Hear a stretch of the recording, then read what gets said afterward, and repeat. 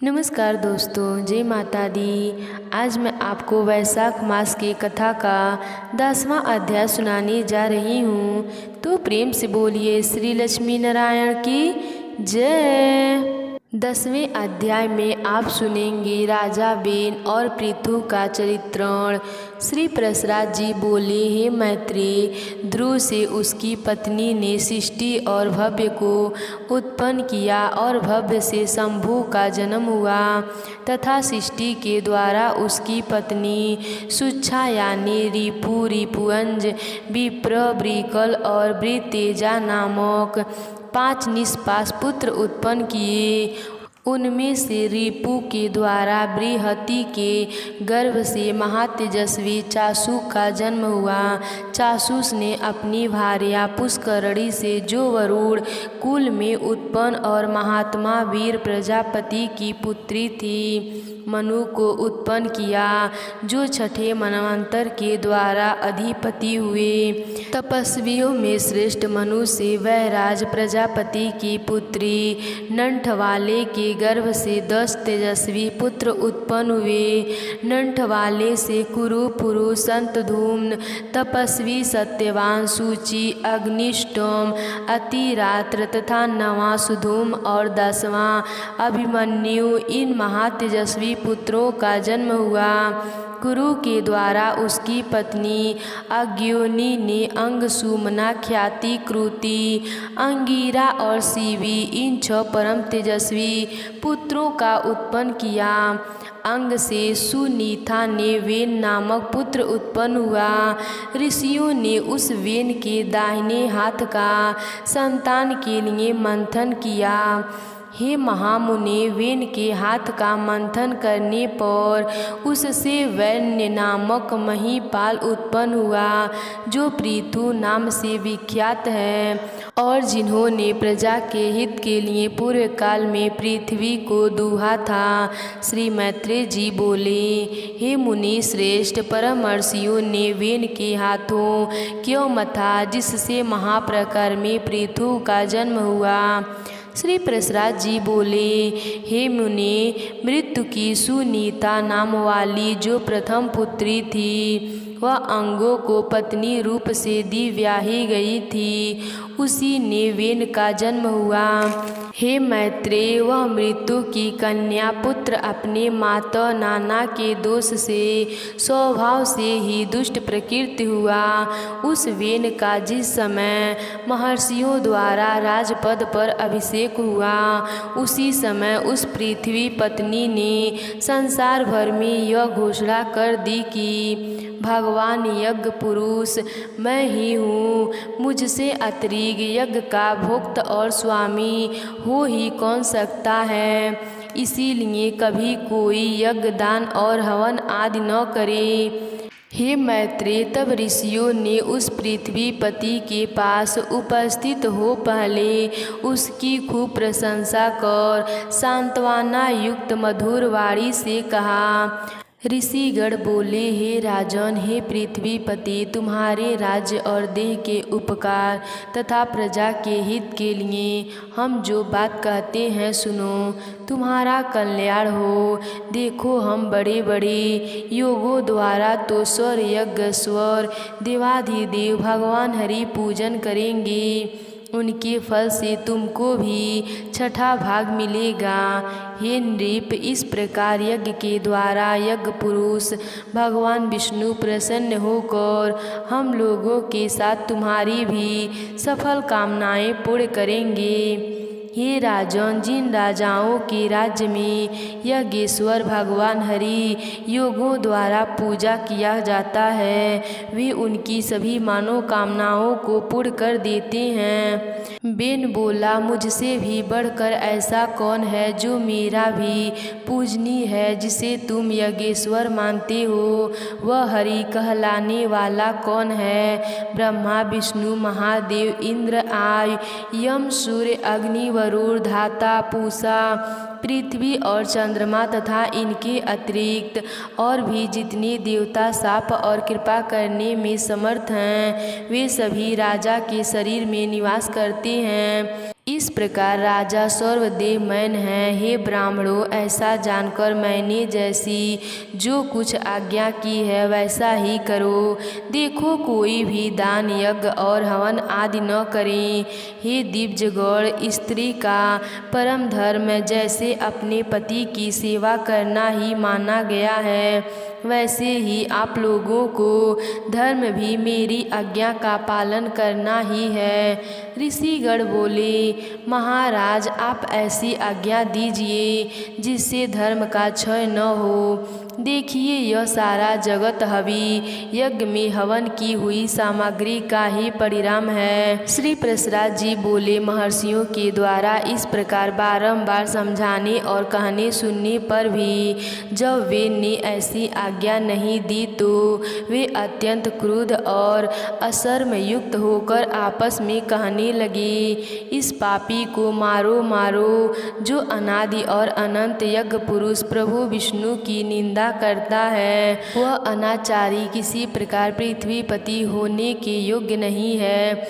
ऐसा कहकर मुनिगणों ने भगवान की निंदा आदि करने के कारण पहले ही मरे हुए उस राजा को मंत्र से पवित्र किए हुए कुशाओं से मार डाला।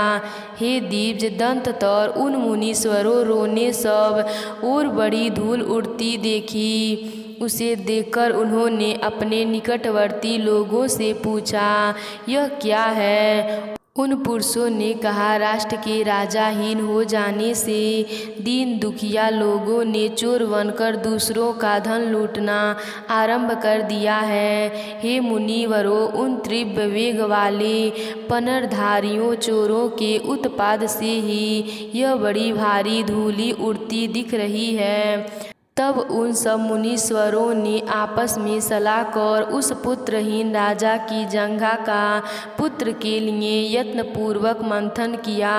उसकी जंघा के मंथरने पर उससे एक पुरुष उत्पन्न हुआ, जो जले ढूंढ के समान काला, अत्यंत नाटा और छोटे मुख वाला था। उसने अति आतुर होकर उन सब ब्राह्मणों से कहा, मैं क्या करूं?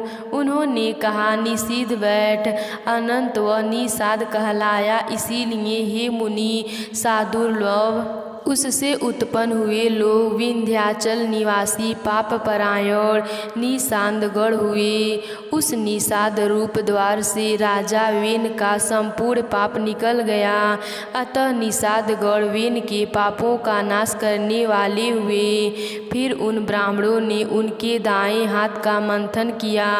उसका मंथन करने से परम प्रतापी वेन सुवन पृथु प्रकट हुए, जो अपने शरीर से प्रज्वलित अग्नि के समान दिव्यमान थे। इसी प्रकार आज गवन नामक आदि शिव धनुष और दिव्यवाण तथा कवच आकाश से घिरे। उनके उत्पन्न होने से सभी जीवों को अति आनंद हुआ और केवल सतपुत्र के ही जन्म लेने से वेन भी स्वर्ग लोक को चला गया। इस प्रकार महात्मा पुत्र के कारण ही उसकी पुंभ अर्थात नरक से रक्षा हुई। महाराजा पृथु के अभिषेक के लिए सभी समुद्र और नदियां सब प्रकार के रत्न और जल लेकर उपस्थित हुए। उस समय अंगिरा रस देवगढ़ के सहित पितामह ब्रह्मा जी ने और समस्त स्वातर जंगम प्राणियों ने वहां जाकर महाराजा वेन पुत्र का राज्य अभिषेक किया। उनके दाहिने हाथ में चक्र का चिन्ह देखकर उन्हें विष्णु का अंश जान पितामह ब्रह्मा जी को परम आनंद हुआ। यह श्री विष्णु भगवान के चक्र का चिन्ह सभी चक्रवर्ती राजाओं के हाथ में हुआ करता है। उनका प्रभाव कभी देवताओं से भी कुंडलित नहीं होता। इस प्रकार महातेजस्वी और परम प्रतापी वेन पुत्र धर्मकुलस महामुनि भावनाओं द्वारा विधि पूर्वक अति महा राजेश्वर परम पद अभिषिक्त हुए। जिस प्रकार पिता ने अपरक्त अप्रसन्न किया था, उसी को उन्होंने अनुरंजनी प्रसन्न किया। इसीलिए अनुरंजन करने से उनका नाम राजा हुआ। जब वे समुद्र में चलते थे तो वह जल बहने से रुक जाता था। पर्वत उन्हें मार्ग देते थे और उनकी ध्वजा कभी भंग नहीं हुई। पृथ्वी बिना जोते बोए धान्य पकाने वाली थी। केवल चिंत मात्र से ही अन्न सिद्ध हो जाता था। और गौएं कामधेनु रूपा थीं और पत्ते पत्ते में मधु भरा था। राजा पृथु ने उत्पन्न होते ही पैमातः यज्ञ किया। उससे सोमा अभिषेक दिन सूती, सोमाभिषेक भूमि से महामती सूत जी उत्पन्न हुए। उसी महायज्ञ में बुद्धिमान मांगधवा भी जन्म हुआ। तब मुनिवरों ने उन दोनों सूत और मांगधो से कहा, तुम इन प्रताप पावन बेन पुत्र महाराजा पृथु की स्तुति करो। तुम्हारे योग्य ही कार्य है और राजा भी स्तुति के ही योग्य हैं। तब उन्होंने हाथ जोड़कर सब ब्राह्मणों से कहा, हे महाराज, जो आज ही उत्पन्न हुए हैं, हम उनके कोई कर्म तो जानते ही नहीं हैं। अभी इनके न तो कोई गुर प्रकट हुए हैं और न यज्ञ ही विख्यात हुआ है। फिर कहिए हम किस आधार पर इनकी स्तुति करें। ऋषिगण बोले, हे महाबली चक्रवर्ती महाराजा, भविष्य में जो जो कर्म करेंगे और इनके जो जो भावी गुण होंगे, उन्हीं से तुम इनका सत्वन करो। श्री प्रसराज जी बोले, यह सुनकर राजा को भी परम संतोष हुआ। उन्होंने सोचा, मनुष्य सद्गुणों के कारण ही प्रशंसा का पात्र होता है, अतः मुझको भी गुण उपजन करने चाहिए। इसीलिए अब स्तुति द्वारा ये जिन गुणों का वर्णन करेंगे, मैं भी सावधान पूर्वक वैसा ही करूँगा। यदि यहाँ पर वे कुछ त्याज्य अवगुणों को भी कहेंगे तो मैं उन्हें त्याग दूंगा। इस प्रकार राजा ने अपने चित्त में निश्चय किया। दंततर उन सूत और मांगध दोनों ने परम बुद्धिमान वेन नंदन महाराजा पृथु उनके भावी कर्मों के आश्रय से स्वर रहित भली प्रकार स्तवन किया। उन्होंने कहा, हे महाराजा, सत्यवादी, दानशील, सत्य, मर्यादावली, लज्जाशील, सुखधन, क्षमाशील, प्रकारमी और दुष्टों का दमन करने वाले हैं। ये धर्मज्ञ, कृति, दयावान, प्रियभाषी, मानियों ने मान देने वाले, यज्ञपरायण ब्राह्मण, साधु मांजन में सम्मिलित और शत्रु तथा मित्र के साथ समान व्यवहार करने वाले हैं। इस प्रकार सूत और मांगधन के कहे हुए गुणों का उन्होंने अपने चित्त धारण किया और उसी प्रकार के कार्य किए। तब उन पृथ्वीपति के पृथ्वी का पालन करते हुए बड़ी बड़ी दक्षिणाओं वाले अनेकों महायज्ञ किए। और राजा कथा के समय औषधियों के नष्ट हो जाने से भूख से व्याकुल हुई प्रजा पृथ्वीनाथ पृथु पास आई और उनके पूछने पर प्रणाम करके उनसे अपने आने का कारण निवेदन किया। प्रजा ने कहा, हे प्रजापति नृपुश्रेष्ठ, अपराजा के पात के समय पृथ्वी ने समस्त औषधियाँ अपने में लीन कर ली है, अतः आपकी संपूर्ण प्रजा क्षीण हो रही है। विधाधान ने आपको हमारा जीवनदायक प्रजापति बनाया है, अतः क्षुधा रूप महारोगों से पीड़ित हम प्रजा को आप जीवन रूप औषधियाँ दीजिए। श्री प्रसराज जी बोले, यह सुनकर महाराजा नृपु अपना आवगौ नामक दिव्य धनुष और दिव्य वाण देकर अत्यंत क्रोधपूर्वक पृथ्वी के पीछे दौड़े। तब भय से अत्यंत व्याकुल हुई पृथ्वी गौओं रूप धारण कर भागी और ब्रह्मलोक आदि सभी लोकों में गई। समस्त भूतों को धारण करने वाली पृथ्वी जहाँ जहाँ भी गई वहीं वहीं उसने वेन पुत्र पृथु को शस्त्र संधान किए अपने पीछे आते देख तब उन प्रबल प्रकारमी महाराजा पृथु से उसके वार प्रहार से बचने की कामना से कांपती हुई पृथ्वी इस प्रकार बोली। पृथ्वी ने बोली, हे राजेंद्र, क्या आपको स्त्री वधा का महापाप नहीं दिख पड़ा जो मुझे मारने आप ऐसे उतारू हो रहे हैं। पृथु बोले, जहाँ एक अनर्थी कारी को मार देने से बहुतों को सुख प्राप्त हो उसे मार देना ही पुण्यप्रद है। पृथ्वी बोली, हे नृपु श्रेष्ठ, यदि आप प्रजा के हित के लिए भी मुझे मारना चाहते हैं तो मेरे मर जाने पर आपकी प्रजा आधार क्या होगी। पृथु ने कहा, अरे वसुधे, अपनी आज्ञा का उल्लंघन करने वाली, तुझे मारकर मैं अपने योग्य बलों से ही इस प्रजा को धारण करूँगा। श्री प्रसराज जी बोले, तब अत्यंत भयभीत एवं कांपती हुई पृथ्वी ने उन पृथ्वीपति को पुनः प्रणाम करके कहा।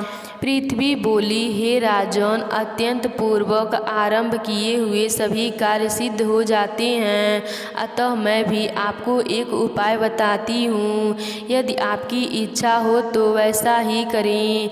हे नरथान, मैंने जिस समस्त औषधियों का पंचा लिया है उसे यदि आपकी इच्छा हो तो दुग्ध रूप से मैं दे सकती हूँ। अतः हे धर्मात्माओं के श्रेष्ठ महाराजा, आप प्रजा के हित के लिए कोई ऐसा वत्स बछड़ा बनाइए जिससे वात्सल्यावश मैं उन्हें दूध रूप से निकाल सकूं, और मुझको आप सर्वतः समतल कर दीजिए जिससे मैं उत्तमतो औषधियों को बीज रूप दुग्ध को सर्वतः उत्पन्न कर सकूं। श्री प्रसराज जी बोले, तब महाराजा पृथु ने अपने धनुष की कोटि से सैकड़ों हजार पर्वतों को उखाड़ और उन्हें एक स्थान पर इकट्ठा कर दिया, जिससे पूर्व पृथ्वी के समतल न होने से पूर्व और ग्राम आदि का कोई नियमित विभाग नहीं था। हे मैत्रेय, उस समय अन्य गोरक्षा, कृषि और व्यापकारक का भी कोई क्रम न था। यह सब तो वेन पुत्र पृथु समय से ही आरंभ हुआ है। हे दिव्योत्तम, जहाँ जहाँ भूमि समतल थी वहीं वहीं पर प्रजा ने निवास करना पसंद किया। उस समय तक प्रजा आहार केवल फल मूल आदि ही था, वह भी औषधियों के नष्ट हो जाने से बड़ा दुर्लभ हो गया था। तब पृथ्वीपति पृथु ने स्वाम्भी वनों को बछड़ा बनाकर अपने हाथों में ही पृथ्वी से प्रजा के हित के लिए समस्त ध्यानों को दूहा। हे तात, उसी अनेक आधार रस से अब ही दशा प्रजा जीवित रहती है। महाराजा पृथु प्राणदायक करने के कारण भूमि के पिता हुए, इसीलिए उस सौरभूत धारणियों को पृथ्वी नाम मिला। हे मुने, फिर देवता, मुनि, दैत्य, राक्षस, पर्वत, गंधर्व, सर्प, यक्ष और पृथ्वीगण आदि ने अपने अपने पात्रों में अपना अभिमत दूध दूहा तथा दूहने वाले के अनुसार उनके सजाती दी, दोधा और वत्स आदि हुए। इसीलिए विष्णु भगवान के चरणों से प्रकट हुई यह पृथ्वी ही सबको जन्म देने वाली, बनाने वाली तथा धारण और पोषण करने वाली है। इस प्रकार पूर्व काल में वेन के पुत्र महाराजा पृथु ऐसे प्रभावशाली और वीर्यवान हुए। प्रजा का रंजन करने के कारण वे राजा कहलाए। जो मनुष्य महाराजा पृथु के इस चरित्र का कीर्तन करता है उसका कोई भी दुष्कर्म फलदायी नहीं होता।